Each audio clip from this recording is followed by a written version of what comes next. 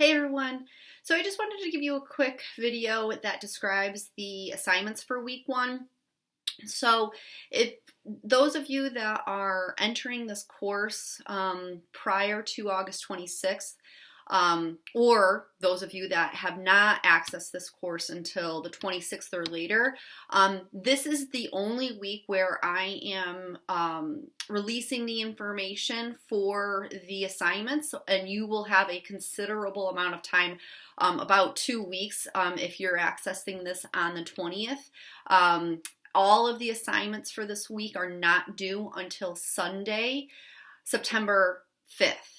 So this is the only week that I'm doing it, and it's just to help alleviate any stress or anxiety within this first week of the course so that you have plenty of time to acclimate yourself. So the due dates are going to be the same. It is September 5th, but if you're not accessing this until August 26th or later, please do not fret.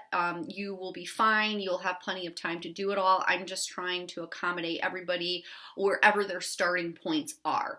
So in addition to creating an introductory video of yourself, kind of telling everybody who you are and a little bit about yourself within that discussion post, you are also going to have a follow-up discussion post and a journal entry for this week.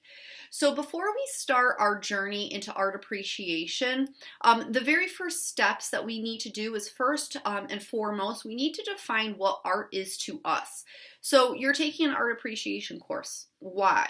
Why are you taking an art appreciation course? Do you know what art is? Do you have an opinion about what art is? Quite often, I will get students that always tell me, well, art is anything and everything. And art, I like art or I dislike art. And all of that is valid. However, there is a very defining point where something can be an educated response and an uneducated response. And that's where it could be valid or invalid.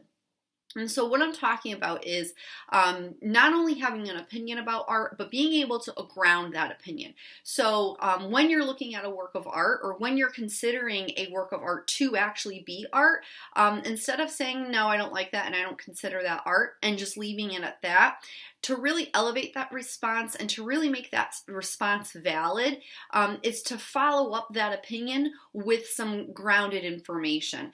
And the best way to start that grounded information is coming up with your own definition of what art actually is and can be consisted of.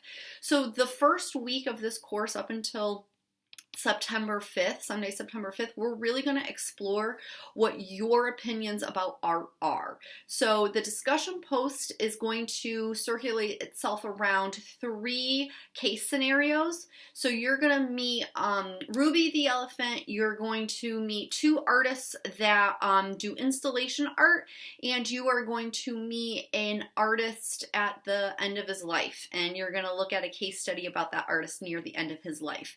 And you're going to be presented with facts, and from those facts, you need to first and foremost have an opinion about what you're being presented with, and then you're then going to back up that opinion and tell me why you feel the way that you feel. And if you do not have the book, I highly suggest getting the book to help you with coming up with your definition of art. In the very beginning chapters of the book, I believe it's chapters 1 through 3, you will get a very good understanding of definitions of what art is and kind of perspectives on that.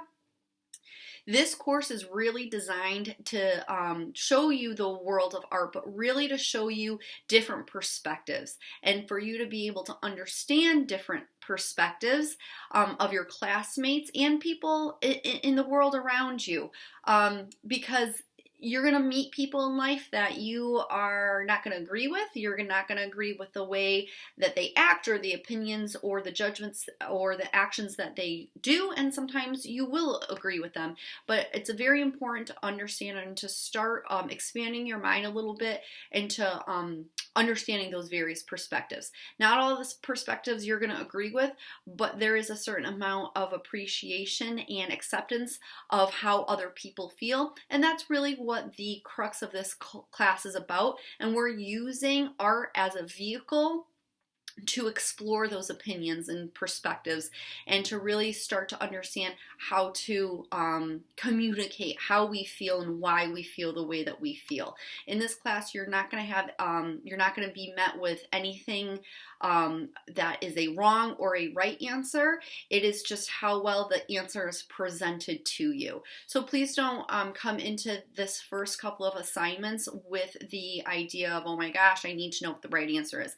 Honestly, I'm going to tell you right off the bat, there is no right answer. But it's very important to understand where you stand, so that way then from that stance and from that definition of what you believe is art and what you truly believe in, then you can back up your opinion in a much grounded manner.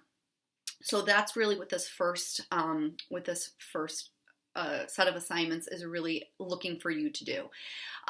Then in your journal post, after you do your discussions and you react to one of the 3 case scenarios, you're going to go into a discussion, a journal entry, and you are going to tell me what your definition of art is.